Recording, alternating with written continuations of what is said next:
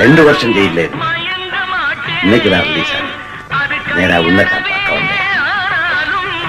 இந்த 2 வருஷத்துல தினமும் உன்ன நினைப்பேன். நீ தூக்கி போட்டது என்ன மட்டும் இல்லை, என்னுடைய கௌரவத்தை போட்ட, என் அந்தஸ்தை போட்ட, என் தொழில், என் செல்வாக்கு எல்லாத்தையும் கவலைப்படாது. நான் இப்போ உன்னை பரிவாங்க இங்க வரல. எனக்கு நீ வேணும்.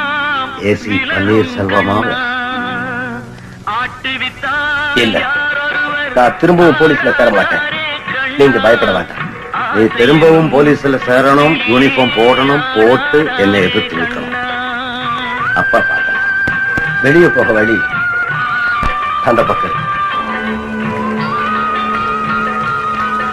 உங்களுக்காக காத்துட்டு இருப்பேன் ஏசி சார், நான் காத்துட்டு இருப்பேன்.